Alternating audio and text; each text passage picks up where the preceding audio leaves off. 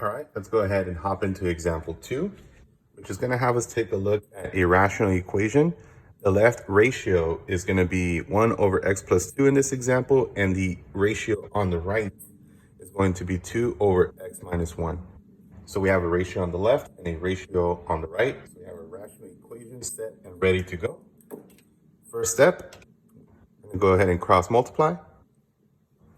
Put our product right beneath.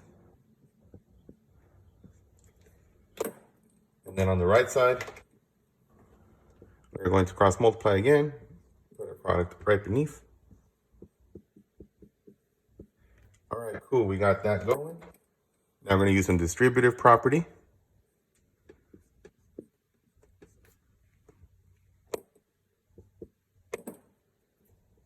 On both sides. Now here, there are a number of ways to go about it. I'm going to go ahead and actually do myself a favor, subtract 1x from both sides.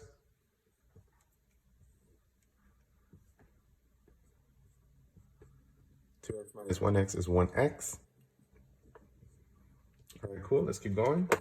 So I have 1x on the right side. I want to isolate the variable 1x. I will get rid of the constant 4 by subtracting 4 to both sides. I'll divide both sides by 1. X equals negative 5. It's going to be our answer. Now, if you go back and plug this back into the equation, this value of x equals negative 5 in here and here, calculate and verify that both the left and the right side are both equal to each other, and you can verify that your answer is correct. Okay, once again, wipe it, try it, see if you can do it. Cool.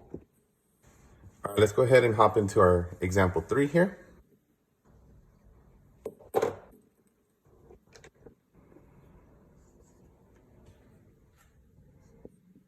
So this time the left ratio is going to be x plus 2 over x plus 8. And the right ratio is going to be 1 over x plus 2. We're going to do some cross multiplication. X plus 2 times x plus 2. I will do the box at the bottom to go ahead and continue practicing FOIL there.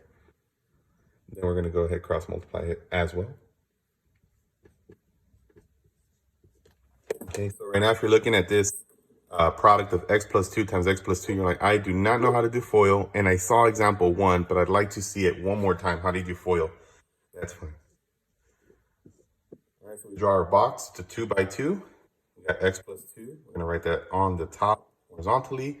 That's from this quantity. Now the other quantity, x plus 2, we're going to write the same exact thing here. All right, we multiply the outside values and write their products on the inside.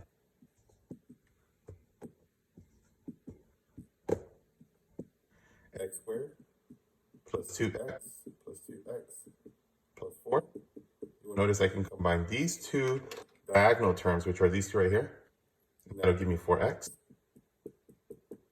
Okay, so this is, once again, this is FOIL. First, outside, inside, and last. First, outside, inside, and last. Okay.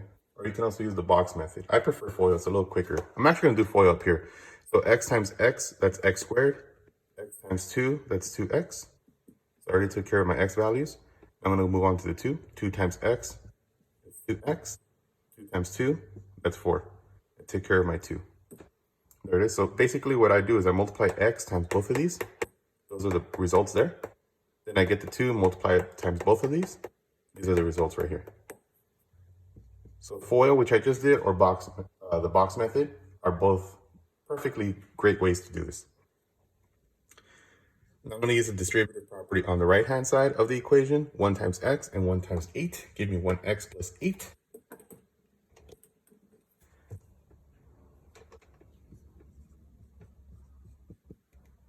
I'm going to combine these two like terms, which I did down here, actually.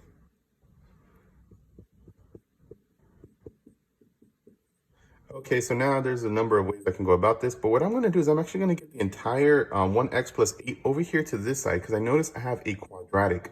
So whenever I have a quadratic, I want to set the quadratic equal to 0, which will then allow me in a few steps to use a zero product property, okay?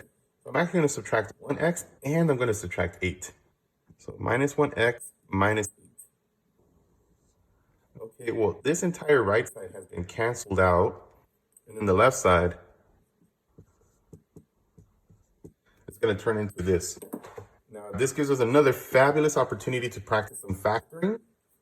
So I'm going to go ahead and create my little diamond on the bottom. I like to put a plus symbol beneath, or you can put it on top of the middle number, and a multiplication symbol beneath or on top. These are not part of the step. They're just little notes for me to keep track of, like, what is it that I'm trying to do here?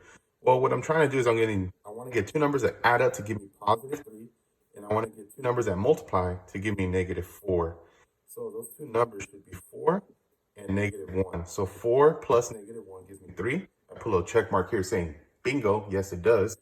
And then over here, 4 times negative 1, that gives me negative 4. So I'm going to put these two values. I should have written them in red for the sake of color coding. Okay. So I'm going to put my X here, my X here. This is always how you write the skeleton of whenever you factor, right?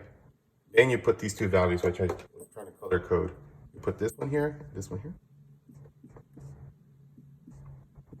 equals 0, and this is where we're able to use a zero product property. Basically, it says that x plus 4 needs to be 0.